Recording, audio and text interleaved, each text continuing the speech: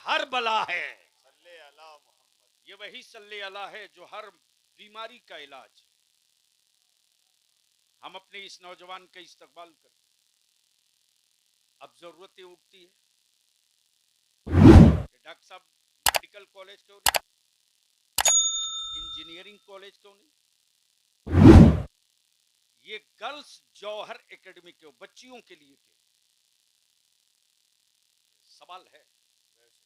आपके दिमाग में भी बात कूद रही होगी कि इस वक्त जरूरत है डॉक्टर की, इंजीनियर की, आईएएस की, आईपीएस की, आईएफएस की।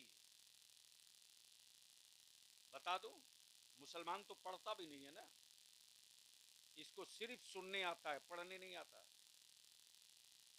अब मौका मिल जाए तो सिर्फ बोलने आता है, कुछ करने नहीं आता।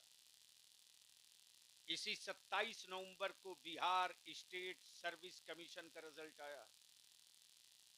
29 मुसलमान के बच्चे क्वालिफाई किए हैं, 29। ये आसानी से हुआ है क्या? बलियाबी ने बहुत सारी चीजों को कुचला है अपने जूते से, वरना आज भी बलियाबी किसी न किसी हाउस में रहता है। यहां ढेर ग्राहक घूम रहे कि तुम हां कहो तो मैं तुझको भेज दूं, लेकिन मैं जानता हूं कि फर्द के भलाई के लिए नस्लों का कत्लेआम नहीं होने दूंगा। क्या बात है, वाह वाह वाह। इतना पीसफुल्ली सुकून के साथ हम हैं, पूरे मुल्क का हम ठिकाना नहीं कर सकते, हमारी औकात ये नहीं है। लेकिन जितना पीसफुल्ली शान के साथ हमारे यहां बिहार में लोग हैं, इसको भी रौंदने नहीं दूंगा। जब तक सांस बाकी रहेगी चीख करके अपनी नस्लों को जगाते रहूंगा। मर्जी आपकी, जो चाहो करो, लेकिन मैं जानता हूं कि दुनिया अब आपके पास आने वाली नहीं है। वो दिन लद गए जब आप कहते थे कि मेरे बगैर कोई नहीं। अब क्लियर हो गया कि आपके बगैर सब हो सकता, इसलिए अपने दिमाग से गलतफहमी निकाल दी। जमाना तौल चुका है पत्थरों से मेरी हैसियत को, जमाना तौल चुका है मेरी औकात को। इसलिए मैं डॉक्टर साहब से एक बात की गुजारिश करूं, यह आबादी अल्हम्दुलिल्लाह नहीं बस रही, और आपकी बड़ी कुर्बानी, एक एक फर्द की कुर्बानी, जिसने एक अच्छी बात कही उसकी भी कुर्बानी, जिसने अच्छा सोचा मदद न की उसकी भी कुर्बानी। लेकिन 10-20 साल का नक्शा बनाने के कायल हम नहीं। एक बाप जब मकान बनाता है तो कम से कम पोते तक को देखकर बनाता है। बोलो बात सही है कि गलत है? अरे जोर से बोलो ना। मौलाना बोल गया हूं,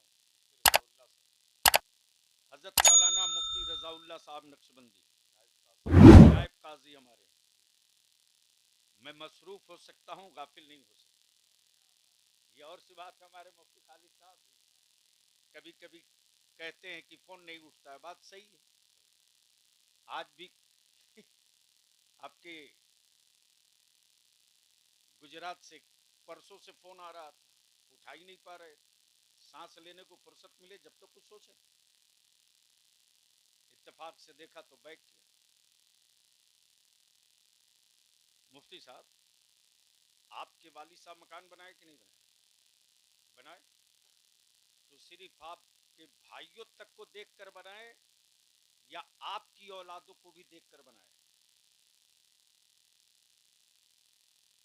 यानी हर बाप की ख्वाहिश होती है कि पोता तक के लिए इंतजाम करो।